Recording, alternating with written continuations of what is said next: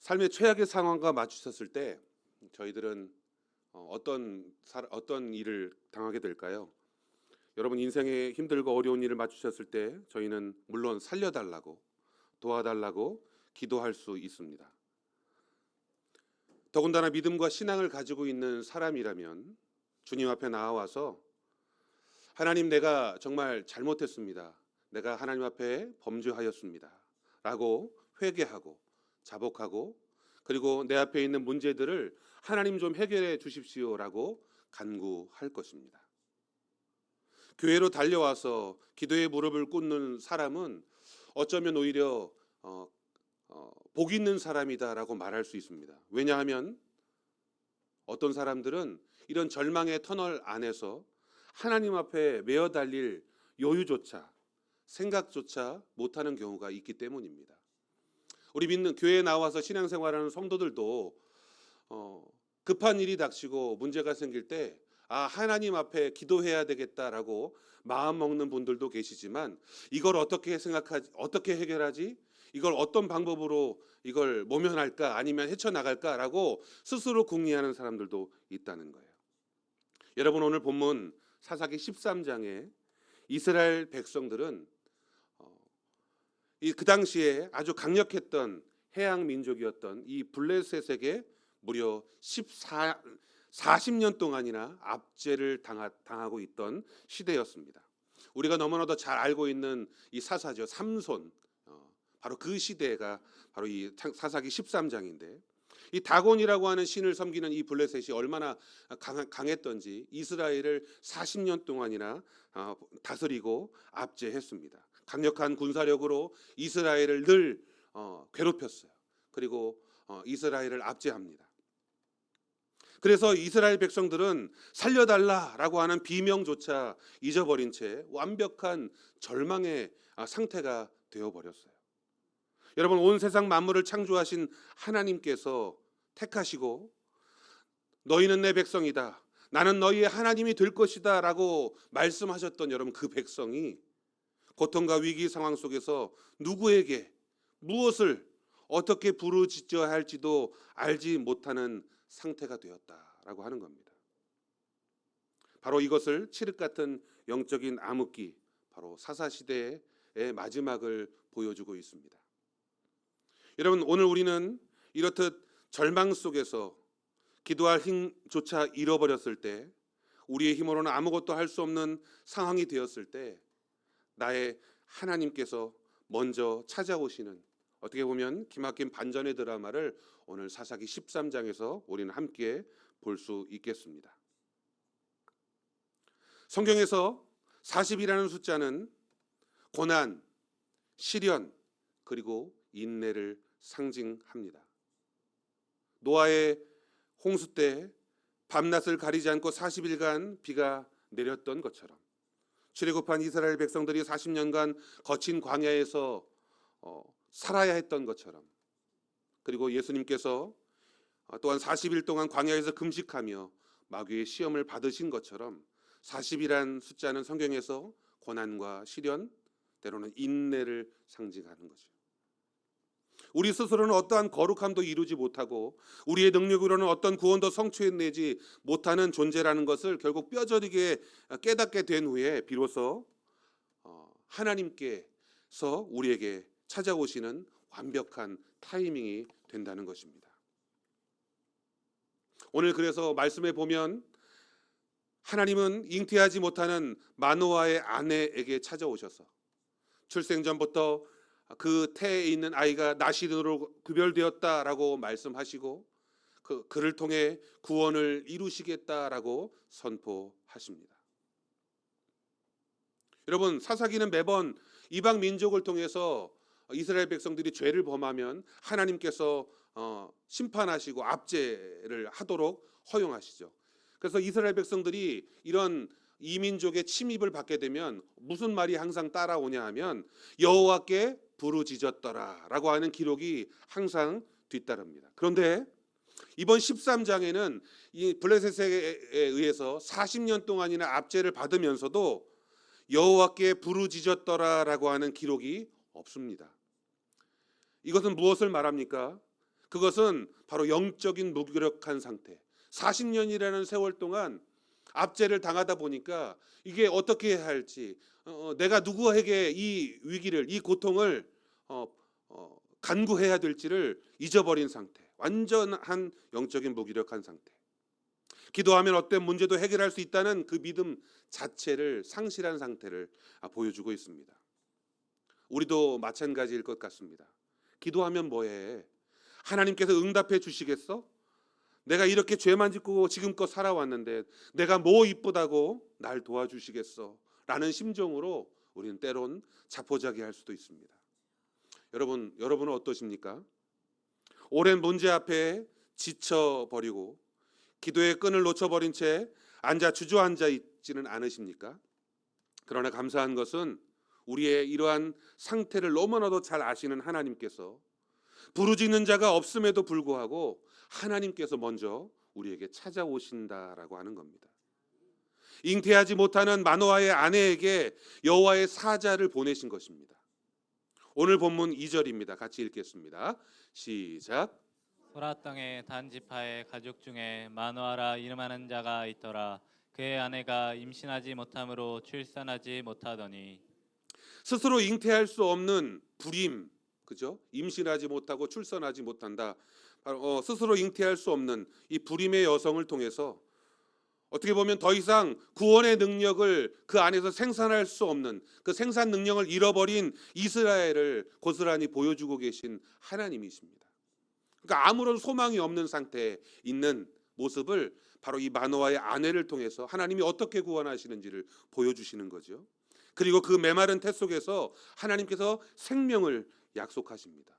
뭐라고 말씀하시는 줄 아십니까? 그가 구원하기 시작하리라. 오늘 본문 5절을 같이 한번 또 읽어보겠습니다. 시작. 보라, 내가 임신하여 아들을 낳으리니 그의 머리 위에 삭도를 대지 말라.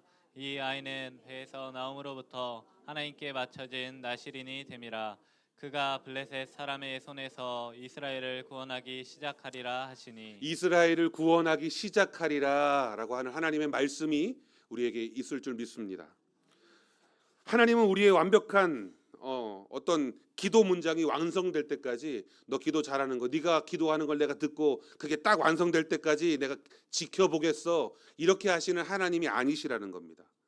하나님께서는 흑암 가운데 빛을 창조하시고 새로운 생명을 창조하셨던 것처럼 아무것도 할 수 없는 바로 그 절망의 상태, 무기력한 우리의 상태에서도 이미 구원의 행동을 하나님은 시작하고 계시다는 것입니다.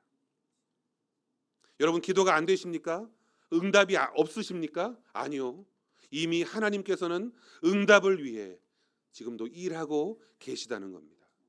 그 하나님이 바로 나의 하나님이심을 여러분 믿으시기를 바랍니다. 본문으로 다시 돌아오면 사사시대는 여러분 영적으로 아주 어두운 시대였다는 걸 우리는 다 알고 있습니다. 그래서 본문 1절에는 이렇게 시작합니다. 이스라엘 자손이 다시 여호와의 목전에 악을 행하였으므로 여호와께서 그들을 40년 동안 블레셋 사람의 손에 넘겨 주시니라. 이스라엘 자손이 어떻게 했다고요? 다시 여호와의 목전에 악을 행하였으므로. 저와 여러분, 그 이스라엘 백성들뿐만 아니라 저와 여러분도 마찬가지입니다. 언제든지 다시 여호와의 목전에 악을 행할 수 있는 그런 존재라고 하는 겁니다. 우리 안에는 무기력과 절망이 있고 결국 우리가 하나님으로부터 멀어지고 우리의 마음이 게으르고 교만하면 다시 하나님 없다라고 돌아설 수 있다는 거예요. 이스라엘 백성들의 삶을 보면 여러분 나와 있잖아요. 이스라엘 백성들이 시내산에서 하나님을 배웠고도 그들이 어떻게 해요? 돌아서서 우상을 숭배하는 모습을 바로 보여주지 않습니까? 바로 이 사사시대, 영적으로 어두웠던 이 사사시대의 특징을 보면 이스라엘은 하나님을 떠났습니다.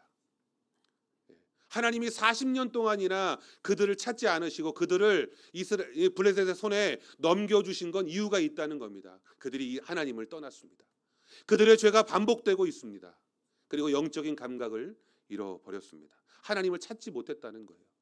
그래도 그 전에는 12번째, 11번째, 10번째 사사가 등장했을 때만 해도 뭘 어쨌어요? 여호와께 부르짖었다라고 하는 기록들이 남아 있는데 오늘 이 13장에는 그러한 기록이 없었다고 말씀드렸죠.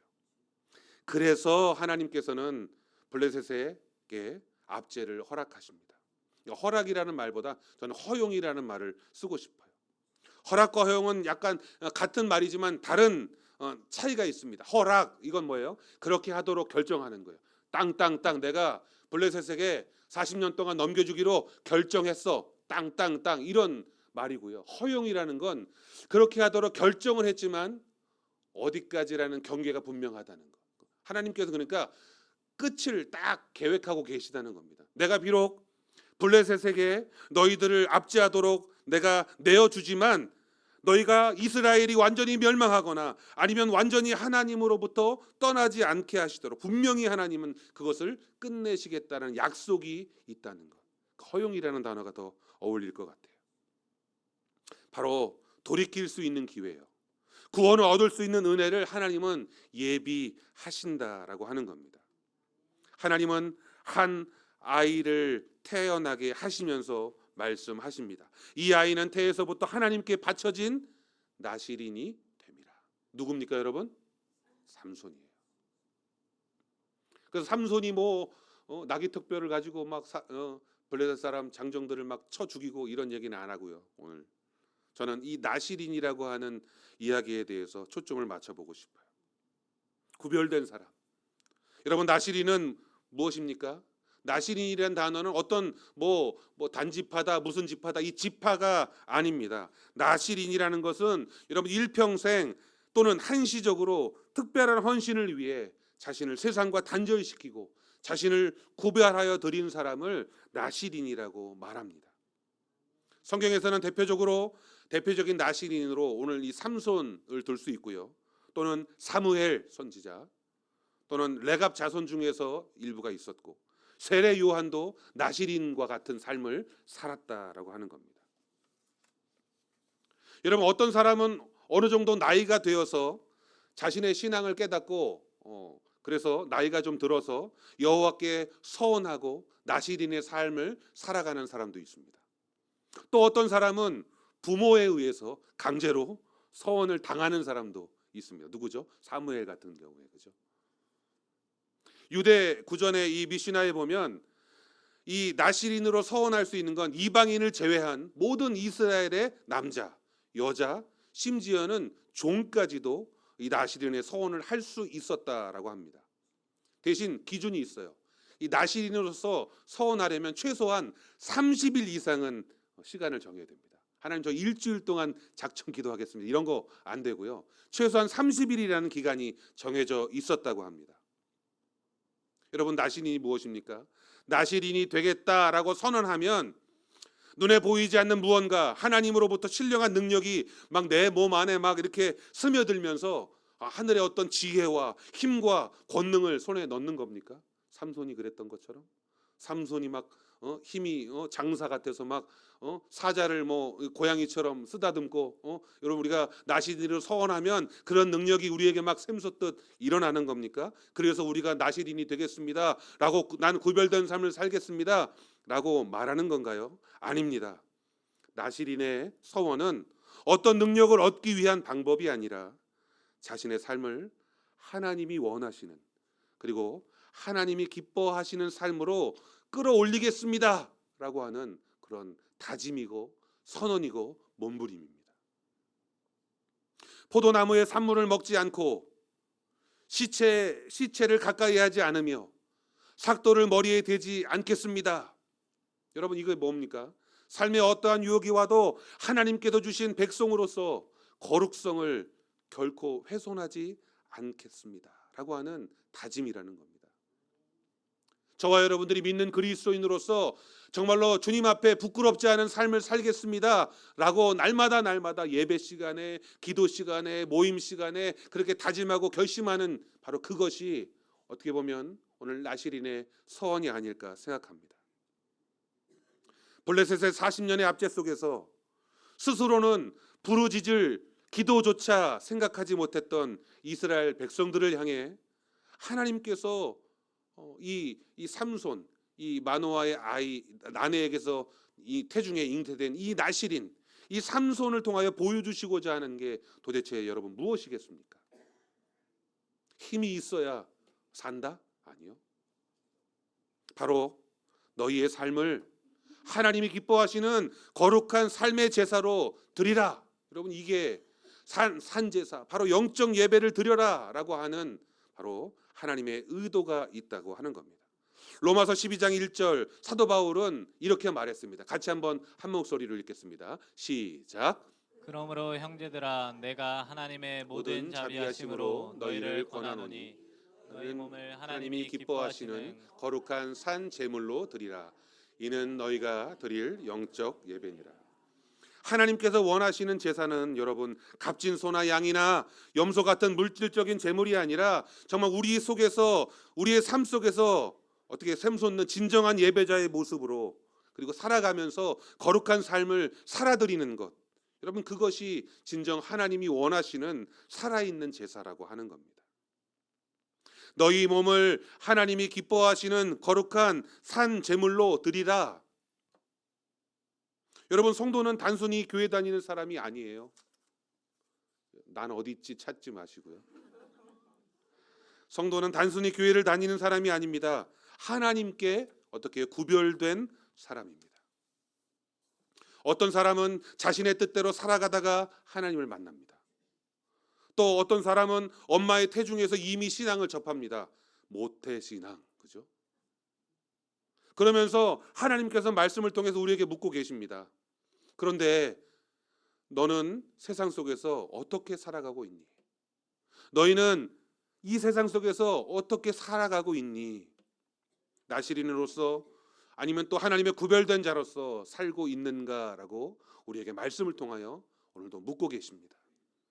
부정한 것을 멀리하고 하나님께서 원하시는 사람으로 살기 위해 여러분 몸부림치고 계십니까? 비록 손해보더라도 하나님의 백성다운 거룩함을 유지하기 위해 노력하고 죄를 지으면 곧바로 돌이켜 회개할 수 있는 그 능력을 키우고 계십니까? 여러분, 죄를 안 지을 수는 없잖아요. 여러분, 근데 우리 돌아서면, 말씀에서 조금만 멀어 비켜서면 우리는 죄를 지을 수밖에 없는데 우리에게 무엇이 필요합니까? 다시 돌아와서 회개하고 하나님 앞에 엎드릴 수 있는 능력. 여러분, 이 사사시대, 영적으로 무감각한 시대에 하나님을 잊어버리고 세상을 따라가고 죄를 죄로 여기지 않는 그 상태에서 오늘 말씀은 너희는 구별된 사람으로 선택받은 자들이니 하나님의 선언을 마음속에 깊이 묵상하시는 여러분 되시기를 간절히 소망합니다. 저와 여러분은 구별된 사람입니다. 하나님의 택하신 백성들입니다. 구별된 삶이라고 하는 건 단순히 행동 몇 가지, 뭐 독주를 마시지 마라, 죽은 것 손대지 마라, 머리를 밀지 마라, 여러분 이 몇 가지 행동만 조심한다고 되는 게 아니죠. 구별된 삶의 핵심은 따라해 보겠습니다. 정체성. 좀 어려운가요? 나는 하나님께 속한 사람이다. 바로 이러한 의식이 있을 때 우리의 삶이 달라질 줄로 믿습니다. 우리가 세상 속에 속하여 살잖아요. 그렇지만 세상 방식대로 살아가는 사람이 아니라 나는 하나님께 속한 사람이다. 비록 내 육신은 세상에 속하여 있지만 마음은, 내 믿음은 하나님께 속한 사람이다 라고 언제든지 고백할 수 있어야 됩니다. 여러분, 삼손이 포도주를 멀리하고 머리를 깎지 않고 부정한 것을 가까이 하지 않은 것, 여러분 이건 나중 일입니다. 왜냐하면 삼손은 이 세 가지를 지킬 때도 있었지만 지키지 못할 때도 있었다는 거예요. 삼손이 힘을 잃어버린 원인이 무엇이었다고 생각하십니까? 나시린의 이 세 가지 규례를 모두 범했기 때문인가요? 그가 독주를 마셨고 시체를 만졌고 그리고 머리를 밀렸고, 그러니까 그가 힘을 다 잃었다. 이 세 가지 비법을 다 이렇게 실수해서. 아니요, 성경은 그렇게 말하지 않습니다. 구별된 삶은 행동 몇 가지로 이루어지는 것이 아니라 구별된 사람이라고 하는, 구별된 삶의 핵심은 바로 내가 하나님의 사람이라고 하는 정체성. 여러분, 나는 하나님의 사람이다 라고 하는 정체성을 가지고 있느냐라고 하는 겁니다. 여러분, 삼손이 힘을 잃고 블레셋 사람들의 손에 붙잡혔습니다. 그 두 눈이 뽑혔어요. 앞을 볼 수 없죠. 그리고 곡식받는 틀에 묶여서 이렇게 붙잡힌 몸이 되었습니다. 시간이 지났지만 삼손은 이제 독주를 마시지 않았고 부정한 것을 만지지도 않았고 머리카락은 이미 다시 자라나고 있었지만 그의 힘이 돌아오지는 않았어요. 그러다가 그가 언제 힘을 다시 되찾게 됩니까? 그의 힘이 어떻게 나요? 죽을 때 힘이 나나요? 아니요. 바로 자신이 하나님의 사람이라는 것을 깨닫게 되었을 때, 내가 나실인이라는 것, 내가 구별된 사람이라는 정체성을 다시 되찾고 하나님 앞에 부르짖게 되었을 때, 바로 그때 하나님의 영이 그에게 임하였다라고 하는 겁니다. 그래서 어떻게 합니까? 하나님의 정체성이 회복된 후에 이 삼손은 이 블레셋 사람들과 함께 모여 있는 그곳에서 기둥을 무너뜨리고, 그래서 성경은 이 삼손의 이 죽음을 한 줄로 기록합니다. 뭐라고요? 그가 살아 있을 때 죽인 블레셋 사람의 숫자보다 더 많았다고 성경은 기록하고 있습니다. 사랑하는 성도 여러분, 이러한 정체성의 회복은 어떻게 하면 이루어질 수 있을까요? 오늘 본문에 마노아의 아내와 마노아에게 여호와의 사자가 찾아옵니다. 그리고 그들에게 하나님의 뜻을 전해줍니다. 그 여호와의 사자가 누구인지, 무엇을 행할 것인지에 대해서 밝히지 않았다라고 우리가 본문을 읽었어요. 그러면서 계속적으로 나실인에 관하여 하나님의 사람은 구별된 사람이어야 한다라고 하는 것을 계속 강조했던 이 여호와의 사자, 하나님의 사람은 누구였을까? 이분은 누구이십니까? 오늘 읽지 않았지만 본문 18절에 이렇게 기록되어 있습니다. 같이 읽을까요? 시작. 여호와의 사자가 그에게 이르되 어찌하여 내 이름을 묻느냐 내 이름은 기묘자라 하니라. 그때까지 서로 물어보지 않았어요. 내가 너무 두려워서, 마노아의 아내가 너무 두려워서 그분이 어떤 일로 왔는지 누구이신지 묻지를 못했다라고 했는데 18절에 여호와의 사자가 다시 찾아왔을 때 그의 이름을 묻습니다. 누구십니까? 라고 물었을 때 이 여호와의 사자가 뭐라고 대답합니까? 내 이름은 기묘자라. 벨레, 경이로운, 기적, 뭐 이런 단어인데, 그러니까 믿기지 않는, 알 수 없는, 신비로운, 뭐 이런 여러 가지 복합적인 뜻을 가지고 있어요. 그러니까 다시 말하면 바로 인간의 생각과 지식으로는 이해할 수 없는 하나님의 뜻, 하나님의 계획, 뭐 이런 것들을 말하는 이름입니다. 이에 대해 이사야 선지자는 이렇게 기록하고 있습니다. 이사야 9장 6절입니다. 같이 한번 읽겠습니다. 시작. 이는 한 아기가 우리에게 우리에게 낳고 낳고 한 아들을 우리에게 주신 바 되었는데 그의 어깨에는 정사를 메었고 그의 이름은 기묘자라, 모사라, 전능하신 하나님이라, 영존하시는 아버지라, 평강의 왕이라 할 것임이라. 누구를 말씀합니까? 예수 그리스도를 말씀. 그분은 이렇게 불리워지실 겁니다. 예수 그리스도, 기묘자, 모사라, 전능하신 하나님이라, 평강의 왕이다라고 하는 예수 그리스도이시라는 겁니다. 주님께서 찾아오셔서 구별된 자를 찾으시는 것은 이 사사시대뿐만 아니라 오늘날에도 여러분 다르지 않다는 겁니다. 그리고 저와 여러분들은 오늘 그 구별된 자들로서 부르심을 받은 자들입니다. 하나님이 기뻐하시는 예배자로, 그리고 영적 침체기에 더욱더 주님을 찾고 부르짖도록 힘주시는 주님이 계시다는 사실을 여러분 기억하시기를 간절히 소망합니다. 그러면서 하나님께서는 우리가 구별된 삶을 살기를 원하시며, 우리가 그러한 삶을 살 수 있도록 지금도 또 이 사사시대에 찾아오신 여호와의 사자처럼 지금도 우리에게 찾아오셔서 만나기를 원하시는 사실을 여러분 믿으시고, 그분을 의지하며 기도하고 온전한 삶의 예배를 드리기로 결단하는 충성된 성도들 되시기를 주님의 이름으로 간절히 축원합니다.